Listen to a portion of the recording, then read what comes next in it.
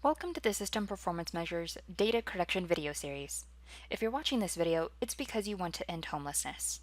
To end homelessness, you need good data about the people you serve. Without that good data, it's harder to make an impact at your agency and on the people you see and help on a daily basis. Each video in this series will focus on a single performance measure and will offer 1 to 3 areas of focus for data correction. Before we get started, there are a few reports you need to run and have handy. First, you will need to run the HUD Data Quality Report. Save it as a PDF to review later, then run the report as an export. Essentially, the export will spit out the APR ESG and DQ detail export. Don't worry if you don't have these funding types. The report will still be useful to you. You will also need to run the 2018 System Performance Measure 1 report and the 2018 System Performance Measures 2 through 7 report. Save each of these reports as PDFs and then export them to Excel data as well. While you will mostly be working out of the Excel data files, having the PDF files on record is good for establishing at a glance where your data is currently at. You may also find it useful to run the System Performance Measure 1 report 2 to 4 times using the different report criteria settings. For dates, use October 1st, 2017 as the start date. Leave today's date as the end date. Note that as we progress through the years, the start date will change. Eventually, we'll be looking at October 1st, 2018, and then 2019, and then 2020, and so on. There are videos on our YouTube channel that cover each of these reports and how to export them. I encourage you to take a look at those videos if you are unfamiliar with the steps needed to run and export the necessary reports. Save all of these reports in an easy-to-access folder, and you're ready to dive in. In this video, we're going to take a look at System Performance Measure 1, Length of Time Homeless. This measure looks at emergency shelters, safe havens, and transitional housing project types. If you don't currently have that project type, move on to the next video. The good news is that for this specific measure, you will only need to look at the 2018 System Performance Measure 1 report PDF and Excel data file. We'll be focusing on only one area for analysis and correction in this measure.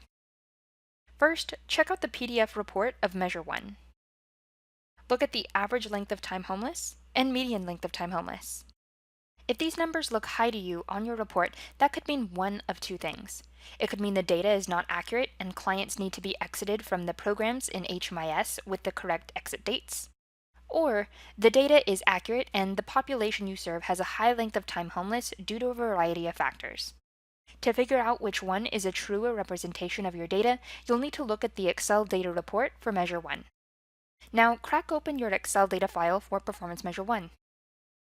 Since this measure is specifically looking at length of time homeless, our area of focus is going to be the enrollments that have unusually long lengths of time homeless in your programs. Set a filter on the top row of your file.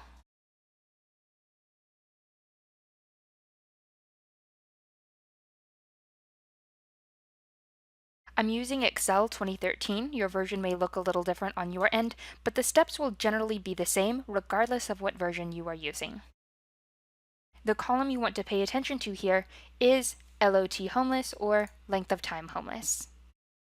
We want to keep our eyes open for abnormally large numbers in this column. Set the filter so that we see the largest numbers near the top of the column.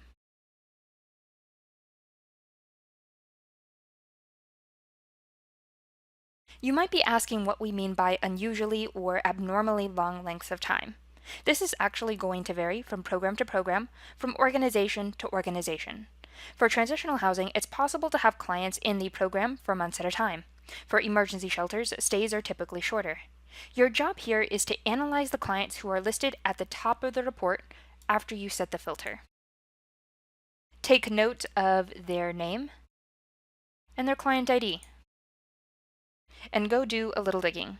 Did that one client really stay in your shelter for 500 days? Or is it that the client needed to be exited from the program several months before? Any length of time a year or longer deserves some scrutiny.